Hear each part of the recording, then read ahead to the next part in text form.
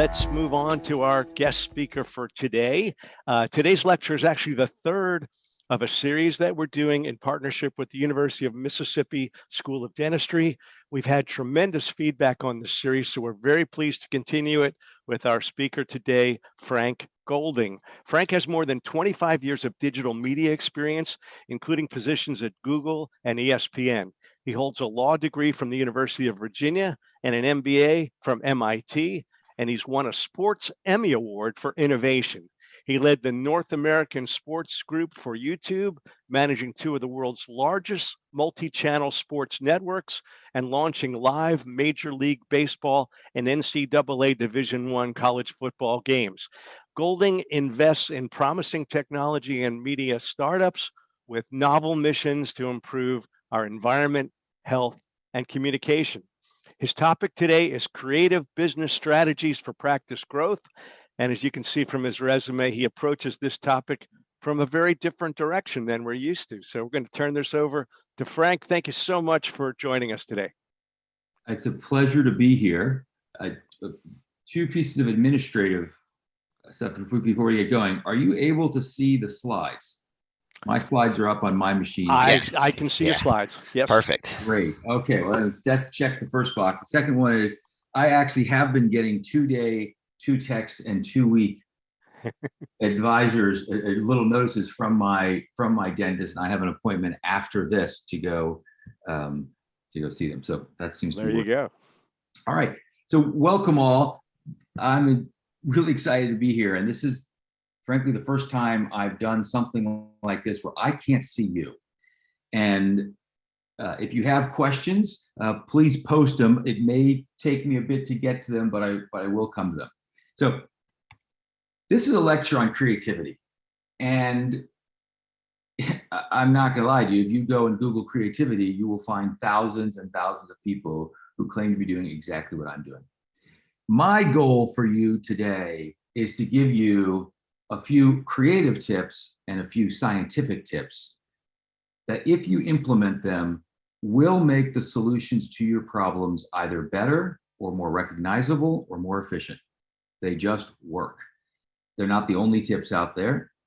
They are some of the best ones. And I can say that because I didn't create them. They come from the likes of Isaac Asimov or Mark Epstein, or in some cases, Maya Angelou and so forth. So some geniuses in the field.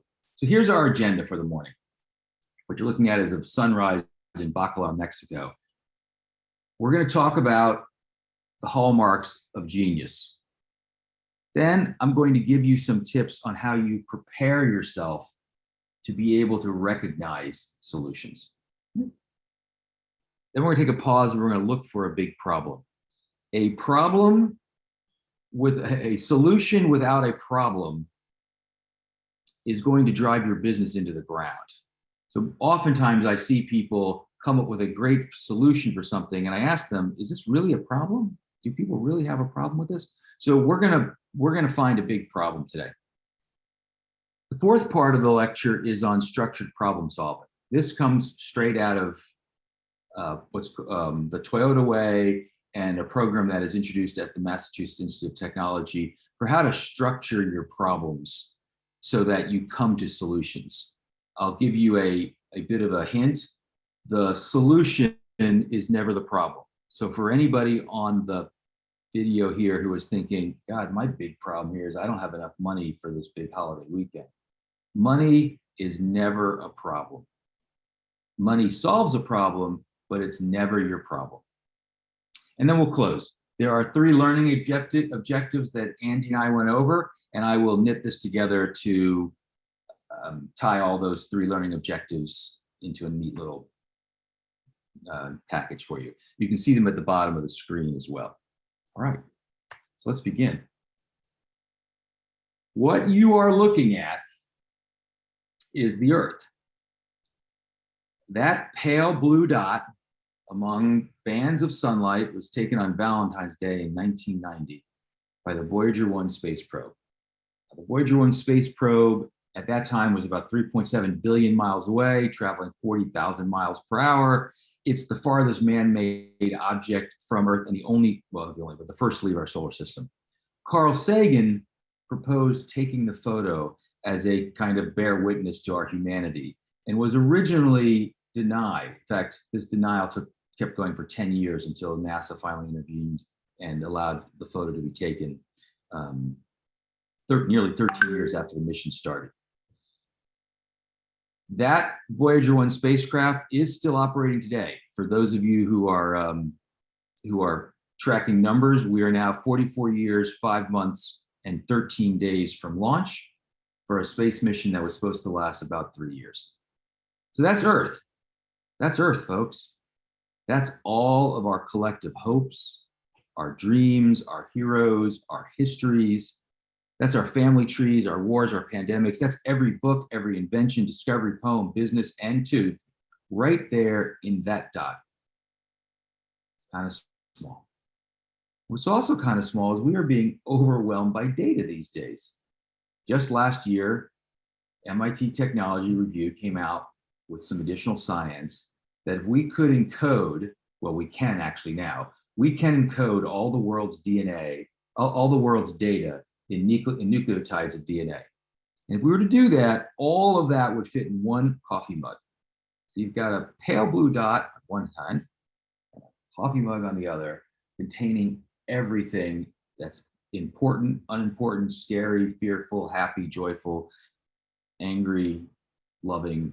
Your entire world is in those two dots. So where do we go from there? This is where we're starting. My hope is that all of the big problems you are facing, you can take a step back, at least for the next 45 minutes or so, and just put your bags down. You're not controlled by fate. You can see the quote on there. I'll do my best not to read the quotes, except for on occasion, and let if you're following along on video, you'll be able to read them.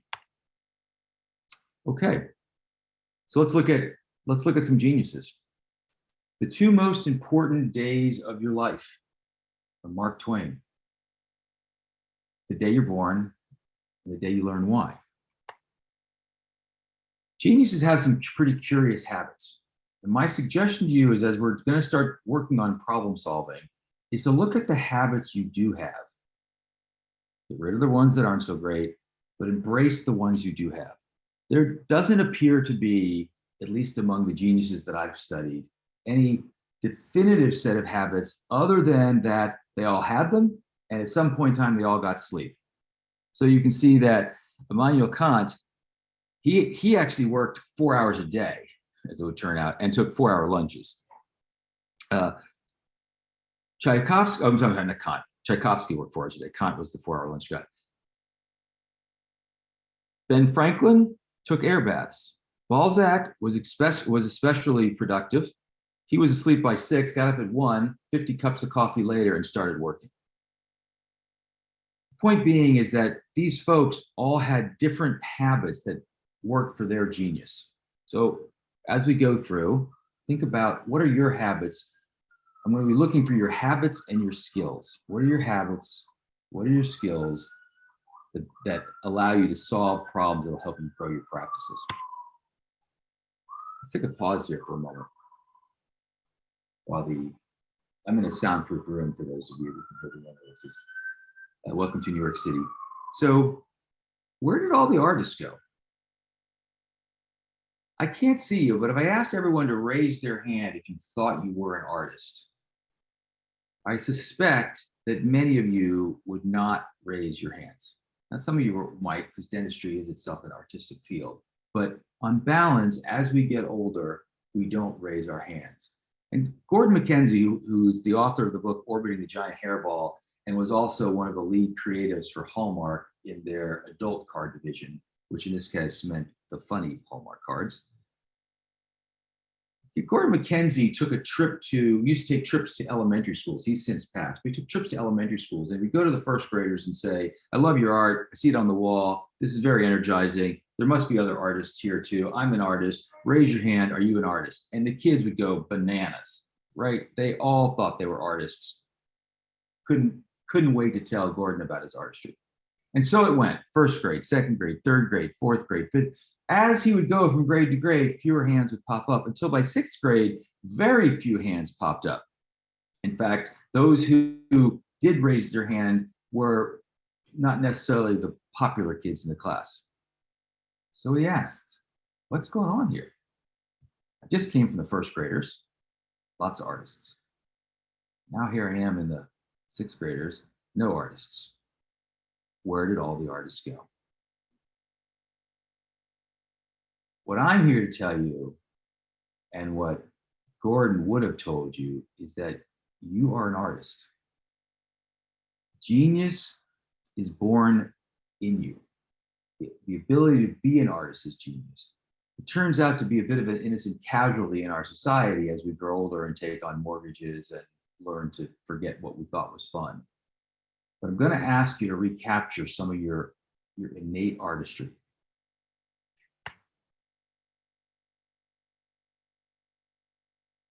Let's move on to let's read the quote and move on to the next slide.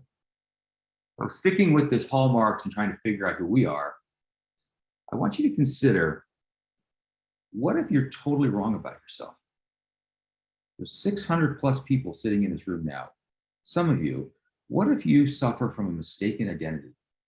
Who you think you are is not who you are. Right? What you think you are here to do is not actually what you are here to do. That what you are capable of and what you believe you are capable of is actually only a hint of your true ability. I want you to consider, just for this moment, this counterfactual. What if you are totally wrong about yourself? In other words, what if you are something entirely different? There's an allegory, parable, comes from the sub-Indian continent, 1 BCE, although Buddhist texts seem to suggest it predates even that era. It goes a bit like this. There are 5 blind men who come across an elephant. This, by the way, would be where I pause in the conversation and say, has anyone actually heard this story before? But I can't pause, so we're going to plow through. 5 blind men, elephant. First blind man goes up to the elephant. This unknown beast feels what is the trunk and declares, guys, we found a thick snake. Another one has climbed on top of this beast. Says, no, you fools. These flappy things, these are fans. Third guy is holding on almost for dear life to what appears to be a tree trunk at the bottom. Fourth guy is leaning hard against this very weighty wall and says, I don't know what you guys are thinking, but we are up against a living, breathing wall. And the fifth man says, no, I'm touching these spears. These are spears. This is a spear.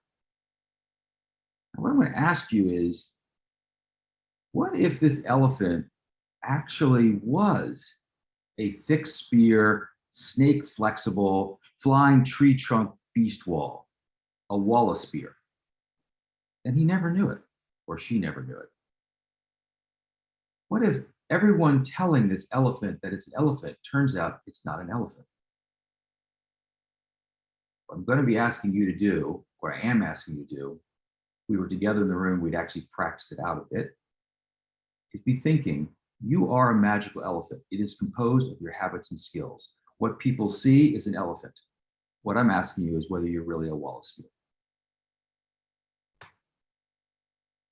Let's prepare for growth.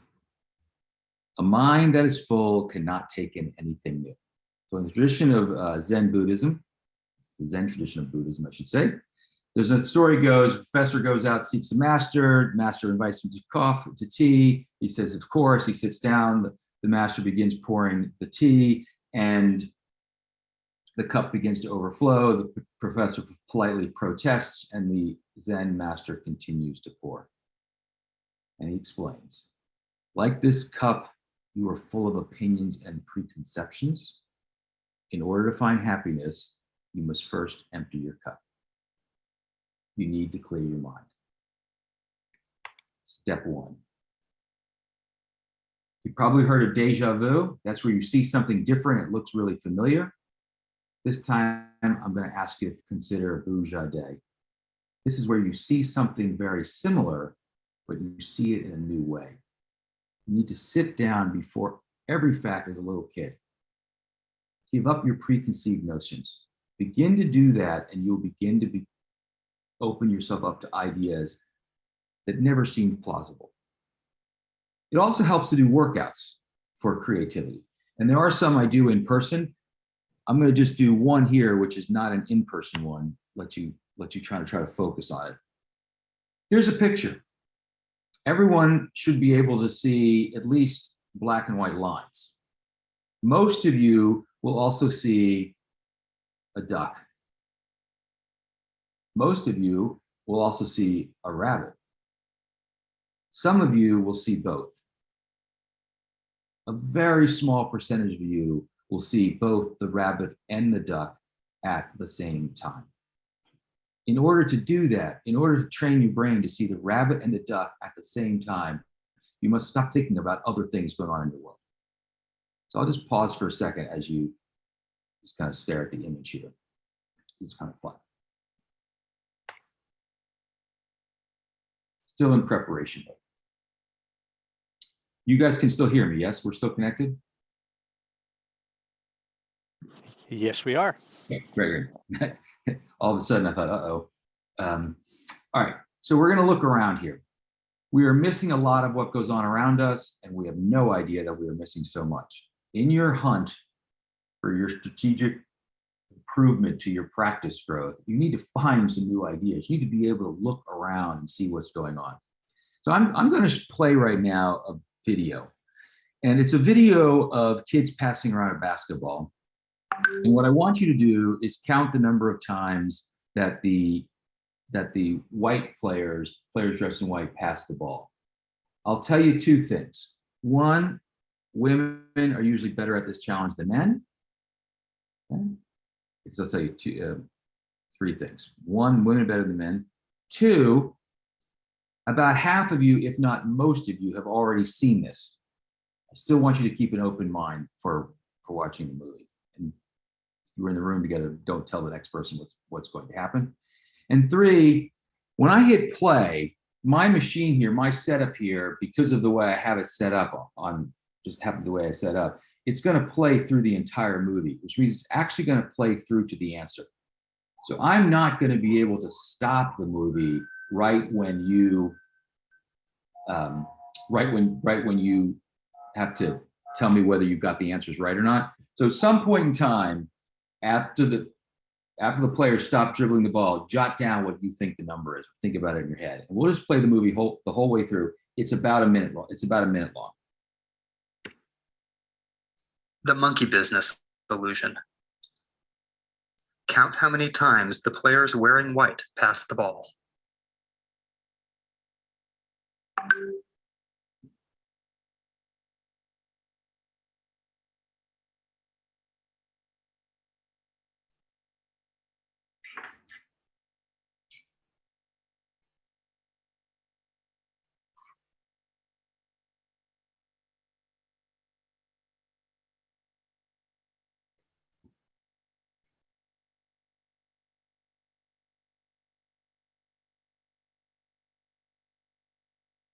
The correct answer is 16 passes. Did you spot the gorilla? For people who haven't seen or heard about a video like this before, about half missed the gorilla. If you knew about the gorilla, you probably saw it. But did you notice the curtain changing color or the player on the black team leaving the game? Let's rewind and watch it again.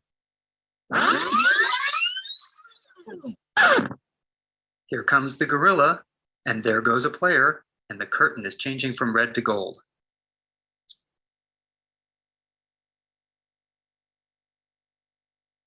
When you're looking for a gorilla, you often miss other unexpected events. I want to pause there now. When you're looking for the gorilla, you miss other unexpected events. I can't know how many of you already seen this video. What I have discovered is that most people that I give this lecture to haven't seen the corollary of it, which is, how many times are you the gorilla? How many times do you go into a meeting and you have the answer and nobody sees you. Daniel Pink just came out with a book, January 2022. It's on the power of regret. And he divides regret into 4 basic subtypes. One of them is a regret for not being bold. And a regret for not being bold arises in the context where you have resources, you have skills, you've worked really hard, and yet when it's time for you to check the box, you don't do it. So what I want to ask you, as we're preparing for new ideas and figuring how to grow our practice, when are you the gorilla? And what can you do to be more bold? Part 1.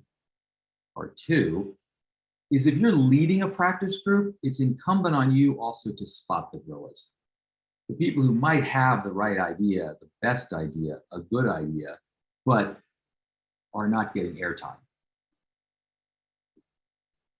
Next principle, connecting dots. Isaac Asimov, we need people capable of making a connection between item 1 and item 2 that are not ordinarily connected. The ability to make this cross connection is a rare characteristic. It requires a certain daring.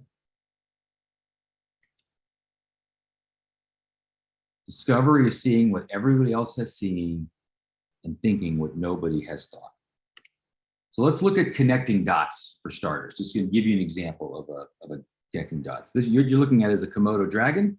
Komodo dragons are the largest living lizard on our planet. They also have one of, if not the most deadly bites as far as lizards go. They kill their prey by biting the prey and then waiting for the prey to die. Doctors Barney Bishop and Monique Van Hoek, they observed something unusual. These lizards, when they bite each other, don't die. So they connected 2 dots. All animals have what are called antibiotic, I'm actually going to space on the name, or antimicrobial peptides, AMPs. All animals have these. But the Komodo blood appears to have particularly robust ones. So the doctors called up the St. Augustine Alligator Farm in Florida, obtained some fresh blood, and they identified 48 new AMPs that had never been seen before. Then they took the next step and applied 8 of the more promising ones, to 2 of the most menacing antibiotic-proof bacteria known to man. The Pseudomonas aeruginosa, which I'm kind of cracking on the name of it, and Staphylococcus. The World Health Organization has already designated these 2 as a priority pathogen for drug-resistant bacteria. And this little experiment created 8 new antimicrobial peptides, all of which work against these 2 menacing bacteria, 7 against one of them, 1 against just one of them, 7 against both of them, 1 against one of them. They're saving potentially $700,000, 700,000 deaths merely by connecting 2 dots. Komodo dragons don't kill each other, and they have something in their blood. Other bacteria do kill people, and we're not able to fight stuff that comes from stuff that we develop from blood. Connecting dots. Now, there's a difference between connecting dots and being nuts, and connecting dots because you have some skill. This is where each of you have a leg up. We've already talked about preparing. We've already talked about looking around, some mini exercises of what you can do. You have to have curiosity and skill. To be a crackpot is not enough, as Asimov would say. It takes a person who has a good background. All of you have that background, which means that all of you are creative. All of you will either be able to come up with a creative idea, or when presented with one by using your skill, know whether or not it's worth anything. And then by keeping an open mind so that you don't get tripped up on gorillas and so forth. Here's an example. In 1742, the Marquis of Vacaville decided he was going to fly across the River Seine. At that time, in the 1600s, the only way, or the 1700s, the only type of flight that we knew of was putting paddles on your hands and flapping like a bird. So that's what he did. A bunch of people gathered to see what might happen. He leapt off his river bank, tried to fly what was going to be about 500 to 600 feet, about 180 meters. He got about halfway across the River Seine before he crashed into a barge, breaking his leg and forever giving up his dreams of flight. It took another 160 plus years before the Wright brothers came along. Wright brothers too were a bit nutty, but they had experience. They understood propulsion, they understood engineering, and they understood therefore flight. So let's take a look at the difference between brilliant nuts and nuts.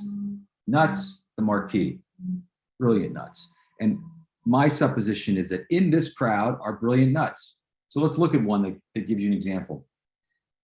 In about 1991, a particularly audacious set of scientists decided they would build a laser 5 kilometers long to detect gravitational waves that have to be measured down to 1/1000th the radius of a nucleus of an atom.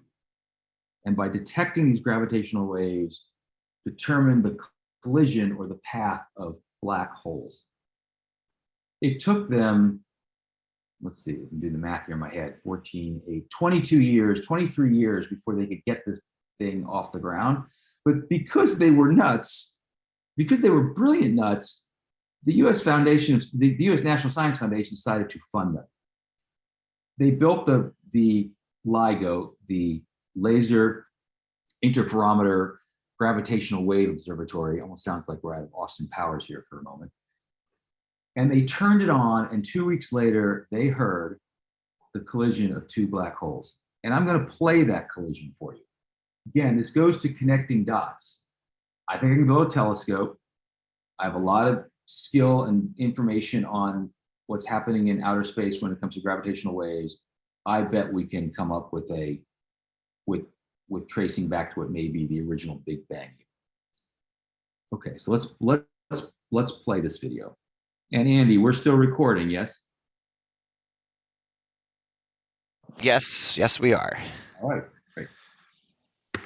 1.3 billion years ago, in a distant galaxy, 2 black holes locked into a spiral, falling inexorably towards each other, and collided, converting 3 suns worth of stuff into pure energy in 1/10 of a second. For that brief moment in time, the glow was brighter than all the stars in all the galaxies in all of the known universe. It was a very big bang.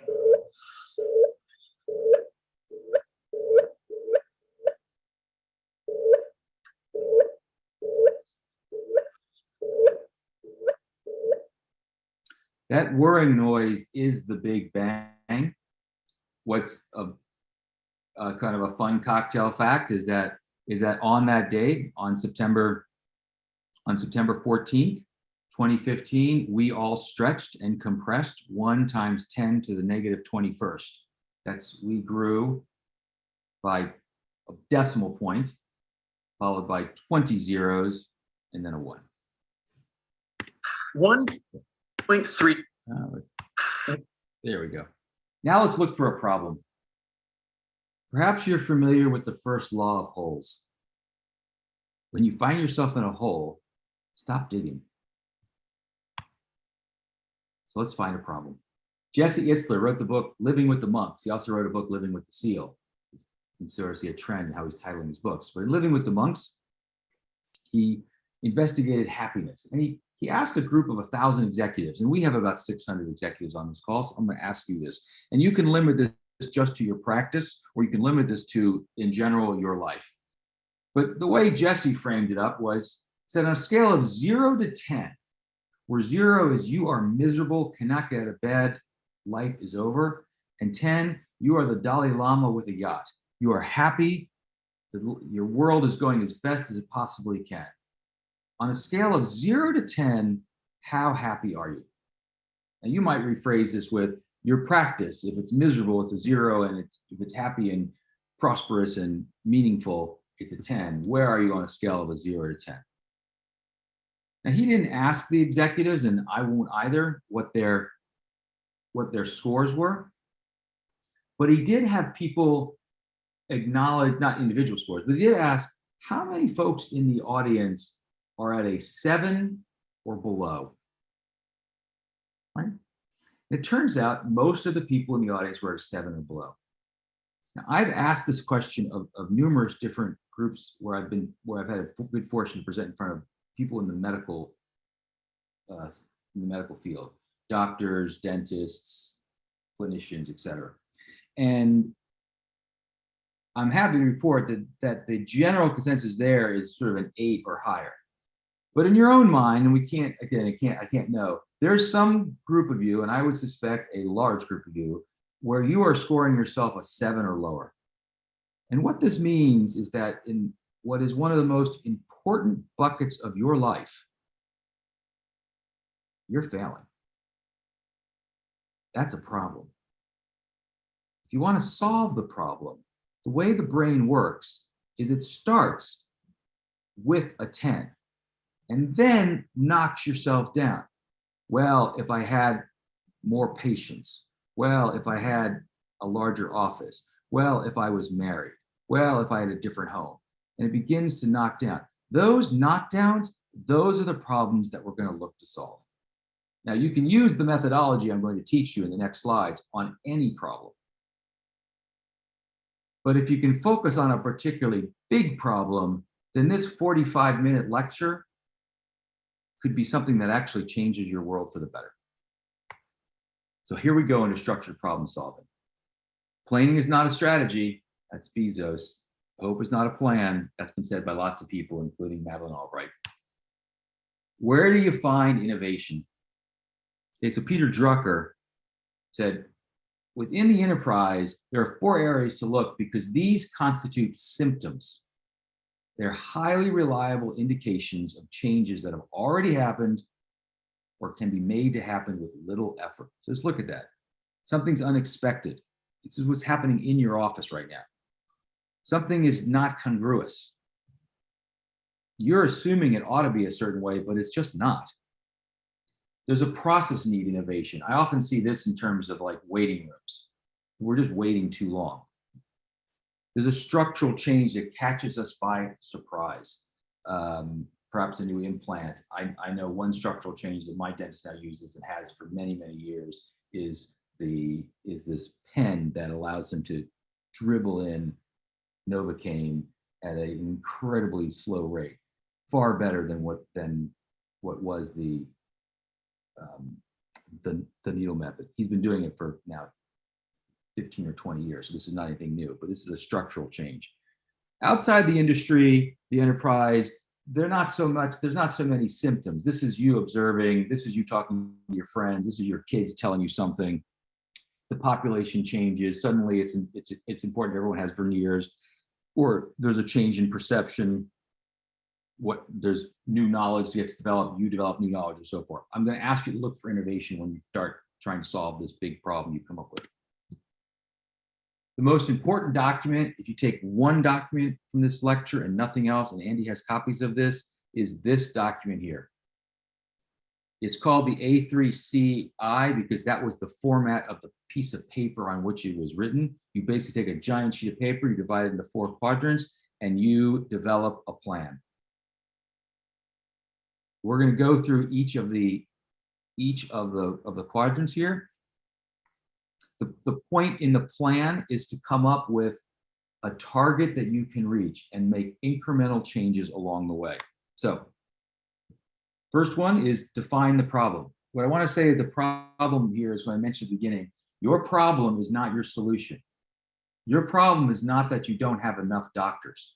Your problem is not that you don't have enough money. Your problem is not that you don't have enough time.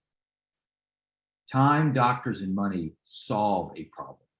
Figure out what is the problem. Then look at what is currently going on. One of the best tips I can give you is go walk the floor. Literally observe. Don't just have people come in and tell you what they're doing. Just literally observe. How is this happening? Pick a solution that can be reached. Not an ideal solution, but something that can be achieved in a limited time that once you achieve it, you can evaluate, examine it, and move forward from it. Build your plan, execute on it. There are 3 parts of any problem that you're showing, or any solution, I should say. Something called the value add, something called necessary waste and something called waste. When you solve a problem, the only thing you need to focus on is the value add at first. Everything else is waste. The question is whether it's necessary waste or pure waste. Your goal then becomes to get rid of the necessary waste or the pure waste. It's very hard to get rid of necessary waste. It's very easy to get rid of pure waste. That's the process waste. That's the defects that you discover. Let me give you an example. Your keyboard. Is your keyboard necessary? Is your keyboard actually necessary to send an email? Because the value add in sending an email is the email, just getting it composed. Everything else is necessary waste. Well, this question got asked by a number of engineers at Facebook, Intel, Microsoft, and Google. And what they discovered, starting in 2009, Intel predicted that by 2 years ago, we'd have chips in our brains that would allow us to control our text messages. 2009 is 2 years after the iPhone launched, so you may say you have chips in your body or on your wrists. Not to be outdone, in 2017, Facebook came out and said, we're going to come up with a brain interface that allows you to type at 100 words per minute. The average typist is 80 words per minute, right? So at 100 words per minute, that's right, a good typist is 80 words per minute. The average typist is 40 words per minute. That's pretty incredible. In 2018, Microsoft announced headbands that could allow you to control apps. And just last year, brain signals are now capable of being read and translated without the use of a keyboard. Will we not have a keyboard in a year or two? I don't know. But this is the kind of exercise I want you to do. Identify what is critical, the key requirement to whatever you're trying to get done, and then solve for it, and then get rid of the balance of things. So let's close. My professor admonished us during my studies, all of our studies, our class, to think big. Do not be artificially constrained by your own ambitions. Limitations, folks, are time killers.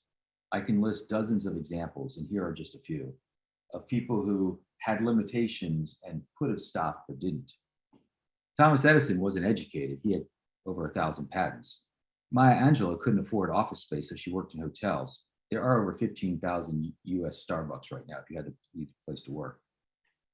Robert Frost wrote 92% of his poems after the age of 40. After he was over the age of 50 when he wrote Two Roads Converged. Two Roads Diverged. Senses, Beethoven and Edison were both deaf. Edison invented the sound recording. Martin Luther King, at the last moment, added, I have a dream. Leonard Cohen, his Hallelujah didn't get famous for 18 years. Matisse was bedridden. Walt Disney was told he was unimaginative. What I'm getting at here is, do not let your limitations hold you back. This is a lily pond. The lily pond is an allegory for how your industry, our industry, is changing. And the allegory goes like this. You have a lily pond, blah. And the number of the lilies on the pond are doubling every single day. And by the end of the 30th day, by the end of the month, 1 month, your idea is complete. Or your competitor's idea is complete. And you've been working on this thing for 30 days. At what point in the plan are you halfway done? Are you just halfway done? If your lilies are doubling every day, at what point in the plan are you halfway done?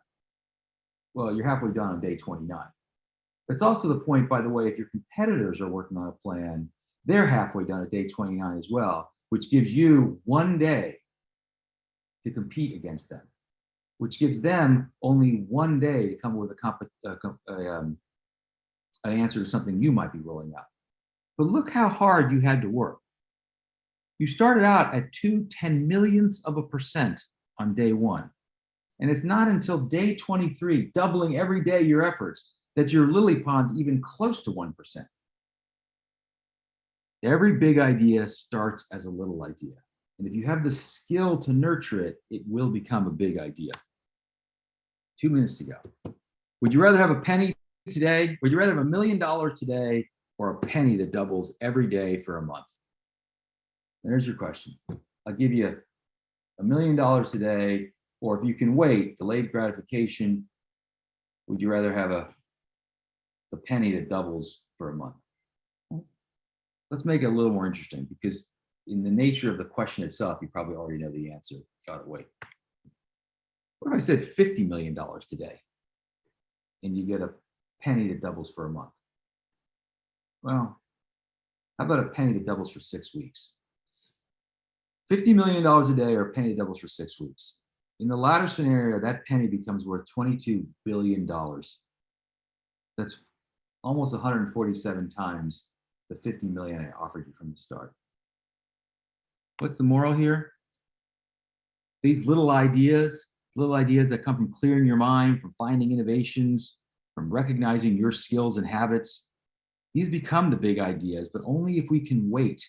And only if while waiting, we use skills to connect some disparate dots, structure solutions to our problems and remove waste. Do not be constrained by your perceived limitations or your own ambitions. Those little ideas will grow big. These were the learning objectives that we had for today. They're supposed to come up. There we go. Keep an open mind in order to spot better solutions. Okay, so we looked around, ask yourself, are you the gorilla? Apply principles for analyzing and efficiently solving problems. Use what you got, guys. Leverage time. Connect dots using your skill. Remember the first law of holes. And finally, recognize and eliminate time killers. You need to structure a good problem. A good problem is a problem that needs a solution, right? A big problem is one like, are you happy?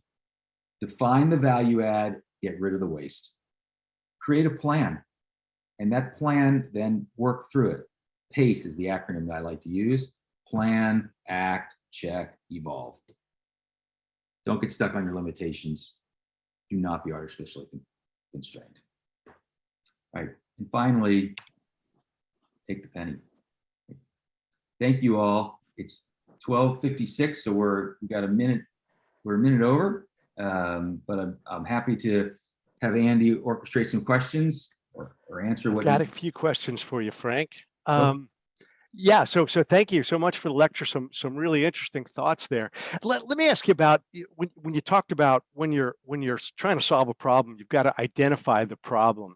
And if we go back to the example you had of these people were trying to eliminate the use of a keyboard when you're sending an email, what was the problem there? Is the problem that it just takes too long to create an email? I mean, when people, especially in these really, really esoteric tech creations, I'm always wondering what the problem is that they're trying to solve. So in that scenario, they are coming up with, actually there's another failure mode, which is you come up with a solution for which nobody really has a desire to solve it, right? And so right now the solutions for typing without a keyboard are like wearing a VR mask, which is you just trading one device for another. And ostensibly, you may be creating a solution for which there really isn't a problem. This is big tech looking for ways to sell you on new ideas. Right. So the problem that they're trying to solve is they need to cut costs, right? If I have a problem to send out a new MacBook Pro computer starts at $19.99. If I don't have to include a keyboard, that's a lot less expensive. Okay. So yeah, I mean, I always think of it in terms of, gee, what's the problem they're trying to solve? Are there not enough emails in the world that we need to find a way to get emails out faster? I think the problem there that they're trying to solve is they have equipment costs that they could dramatically decrease if they got rid of pieces of the equipment. Okay, You see this in television operators saying, do we really need the television screen? Couldn't we come up with a way that was just a frame and then within which you broadcast stuff? So I mean, so in a lot of those situations, the problem they're trying to solve is how to launch a new product, how to increase sales, increase profits, things like that, right? That's where, okay. And also, you know, you started with this discussion of some geniuses, and they had very unique daily schedules. Is there a lesson there? I mean, is there sort of some natural diurnal rhythm that we should be trying to check into here? Well, so there were two lessons at least I drew from it. One was, curiously, all the ones of those people that I gave examples, I think all of them got to bed. All of them were in bed before midnight. Balzac got up at 1 a.m. to then start working. So, but all of them were in bed before midnight. So that's one thing you can kind of take from it. The other thing that you can take from it is the mere fact that they had habits. So there weren't, it's not necessarily so important that you have their habits. What becomes important is that you have some kind of habit, something that gets you into a rhythm. There even is some science that this whole idea of sleeping through the night is abnormal for the body, because that's not how we were originally programmed when we were hunter-gatherers back in the day. Right. We got up with the sun and took a nap in the middle of the day and then so forth. So the takeaway there is, if you're not somebody who can do habits of, you know, the 8 habits of highly successful people, then hell with it. Don't do those habits. but have some habits. Tim Ferriss only works 4 hours a day. Ben Franklin, he spent 13 weeks or 1 week, 13 times, 13 weeks he basically spent changing different values so he could just practice one value. The point there is to, as we're trying to come up with a creative solution to grow your practice, there are some bedrock foundational stuff to do. One of them is get a habit. One of them is to recognize who you are. Who is your magical elephant? Maybe some of you are not really meant to be dentists, and maybe some of you are meant to be dentists, but a different kind of dentist. There is some effort. You have to figure out where you belong. As Einstein would say, if you judge a fish by its ability to climb a tree, the fish is an idiot. Like my Very good. You know, Frank, I enjoyed your comment about brilliant nuts. You know, that there's a difference between just being a nut and then being someone that's an expert in his field and then is also a nut. You know, I think about in terms of music. You know, Jimi Hendrix could not have played the guitar in the totally new and creative way that he did if he didn't know all the basics and have a really tremendous understanding of musical theory. You know, that's what you find with a lot of those folks. But what happens to so many people is, on the road to becoming an expert, they get into all kinds of ruts, right? Because they're thinking the way their professors have taught them, and the way they have to show they can think in order to get their diploma or whatever they get. You know, how do you maintain that creativity and that willingness to go beyond while you're becoming an expert in the field? Well, so this is when I figure it out, I'll let you know. Okay. but what has helped me, candidly, is one is recognizing that I've done something like this before. So it's likely to happen again, even if I don't know how. So there's certain trust in yourself. To get some distance, to have that trust in yourself, it helps to have something that you do with your body, like working out, running, or in my case, meditating, 30 minutes, 45 minutes a day. And then the third piece, which I'm just now doing research on, candidly, is I'm very much enjoying Daniel Pink's book, The Power of Regret. Because you only realize you were in this rut and got off track because you later on, a week later, a month later, a year later, looked back and thought, geez, I was in a rut. I wish that didn't happen. And there is some power to being in that rut, and that you can harness that rut to come up with even better solutions. But that's maybe that's sort of a little bit outside what we're talking about here today. But you will fall into ruts, and where you think you're going to end up may not be actually where you should end up or where you will end up. Right. I think you're very, very right about that. And the need to kind of step back a little bit. You can't really see what's going on when you're right in the middle of it. You know, so maybe your office meeting has to be done off site, so you're not constantly distracted by the things that normally go on, or maybe you need to take some kind of a timeout to really not be totally encumbered by what's going on around you. That is spot on. Taking a time out to not be encumbered. There is plenty of research that suggests, as counterintuitive as it is, if you put your phone down and walk away for like 30 minutes, or you just step away from your desk and just go for a walk, there are two different sides of there are two different parts of your brain. We call them the red brain, the blue brain. The red brain it takes a longer time to process than the blue brain does, or maybe it's vice versa. One takes a longer amount of time to process. And that taking of a break gives your slower processing brain, which is also the brain that's capable of doing higher function connections of dot patterns, things like that, time to think.